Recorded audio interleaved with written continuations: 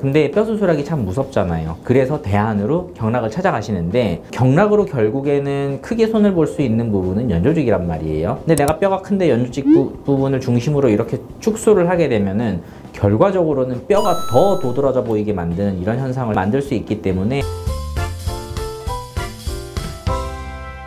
안녕하세요, 성형외과 전문의 황영석 원장입니다. 오늘은 안면윤곽 수술에 대해서 여러분들이 궁금해하는 점, 어떻게 보면 제 경쟁자인 것 같아요. 경락, 이거 해야 되냐 말아야 되냐. 윤곽 성형을 하는 의사 입장에서 경락에 대해서 솔직하게 말씀드려 보려고 해요. 말 그대로 경락이라는 거는 이제 외부에서 압력을 가해서 해당하는 부분의 볼륨을 줄여주는 거죠. 그러니까 하는 방법에 대해서 제가 정확하게 다 모든 걸 알지는 못해요. 근데 기본적인 베이스 자체는 뼈보다는 메인 타겟이 아무래도 살이 되는 거죠. 그게 근육이 될 수도 있고 연조직이 될 수도 있고, 어쨌거나 특정 부분의 마사지를 통해서 이제 연조직의 볼륨을 감소시킴으로써 우리가 원하는 윤곽선 라인을 만들어내는 건데, 여러 가지 이제 이론적인 부분은 있어요. 지속적인 압력을 가하게 되면 아무래도 근육이라든지 연조직은 점점점 볼륨을 축소해 나가기 때문에 위축을 유도를 하는 게 있고요. 그 다음에 일시적으로 눌렀을 때 압력에 의해서 수분이 빠져요. 그러면 효과가 아무래도 축소되는 효과를 낼 수 있기 때문에 급한 대로 쓸 수 있는 거 분명히 그거는 있어요. 비유 자체가 맞는지 모르겠는데, 왜 특정 부분에 이렇게 오래 얼굴을 대고 이제 누워 있다가 일어나면 그 해당하는 부분이 눌리잖아요. 그러니까 그런 효과랑 비슷하게 경락 마사지로 안면 윤곽선을 다듬을 수 있는 효과는 분명히 낼 수 있는 건 맞습니다. 근데 말씀드렸다시피 눌려 있다가 시간 지나면 어떻게 돼요? 금방 돌아오죠. 그게 효과 자체가 지속적이기가 힘들고 일시적이라는 게 제일 큰 문제고요. 물론 반복적인 시술을 통해서 매일매일 아니면 일주일에 몇 번 이런 식으로 관리를 받는다고 하면 해당하는 부분의 연조직의 위축 효과를 유도할 수 있기 때문에 효과를 영구적으로 가져갈 수 있는 거라고 생각은 할 수 있어요. 하지만 근본적인 부분에서 우리가 얼굴의 볼륨을 줄여주는 건 해당하는 조직의 사이즈를 직접적으로 줄이지 않고서는 특히 영구적으로 효과를 만들어낼 수 없다는 건 그거는 당연한 사실일 것 같고요. 기본적으로는 그래요. 우리가 결국 경락으로 줄이는 것도 결국에는 살이 주 타깃이 되는 거지, 뼈 자체를 아무리 그걸 짓누른다고 해서 변화시키기는 사실 쉽지 않거든요. 그러니까 그런 면에서 안면윤곽 수술 자체는 그 해당하는 부분, 특히나 골조 조직인 뼈죠. 그 뼈를 직접적으로 볼륨을 줄이고, 그 다음에 내가 컴플렉스가 되는 부분에 대한 부분은 해소를 하고 영구적으로 효과를 낼 수 있도록 다듬는다고 생각을 하면은 분명히 경락보다는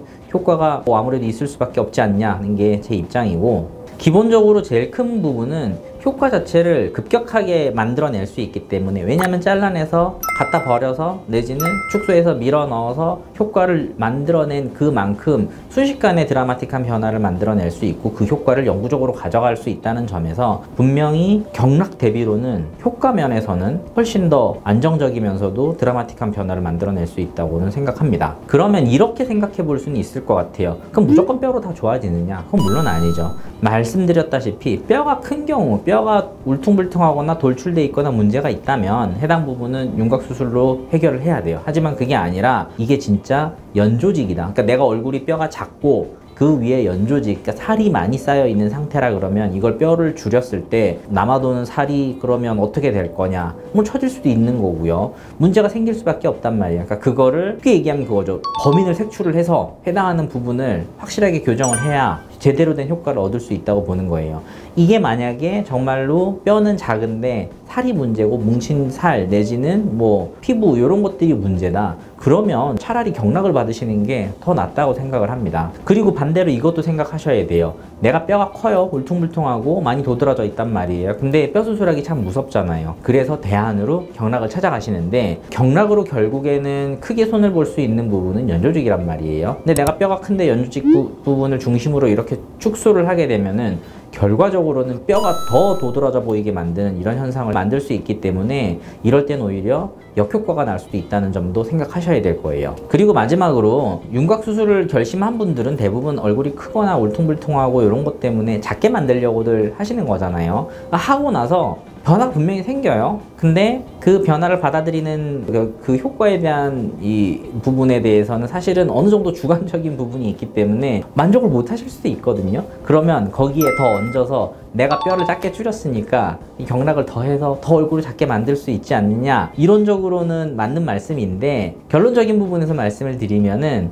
우선은 수술하셨잖아요, 그쵸? 뼈가 다 완전히 회복할 수 있는 그 충분한 시간을 준 이후에 경락을 하시는 게 맞다고 보는 거고요. 특히나 광대축 수술 같은 경우에는 뼈를 잘라서 내측으로 이동을 시키고 다시 고정을 시켜서 이게 단단하게 굳을 수 있는 충분한 시간을 주셔야지 안정적인 뼈 상태로 굳혀서 분리화 부작용이 없는 상태로 평생을 내 광대뼈로 가지고 살아야 되잖아요. 그러니까 그거를 생각할 때는 너무 조급하게 생각하지 마시고요. 특히나 윤곽 수술은 수술 후에 많이 부어요. 다들 알고 계시지만 붓기가 완전히 다 빠지기 전에 이거 내가 효과가 더 나고 싶어서 막 안달이 나가지고 거기다가 경락을 추가하고 그렇게 절대 하시면 안 되고, 뼈가 완전히 다 굳을 수 있는 충분한 시간 그걸 갖는 게 중요하다고 그렇게 알고 계시고, 붓기도 빠질 수 있는 그런 시간을 기다려 주셔야 돼요. 그걸 못 참고 중간에 경락을 받다가 만약에 뼈가 제대로 못 붙고 부러진다든지 아니면 분리화 부작용이 생겨버리면 더 큰 문제를 야기할 수 있기 때문에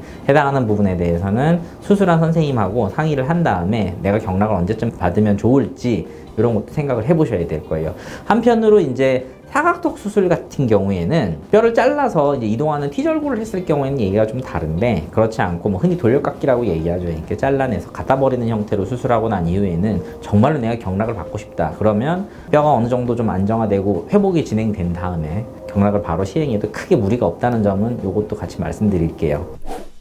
자, 오늘은 저의 강력한 경쟁자 경락 마사지에 대해서 안면윤곽 수술하는 의사 입장에서 말씀을 드렸고요. 다음번에 좀 더 재밌고 유익한 주제로 찾아올 수 있도록 하겠습니다. 자, 좋아요, 구독 잊지 마시고 다음 시간에 다시 뵐게요. 감사합니다.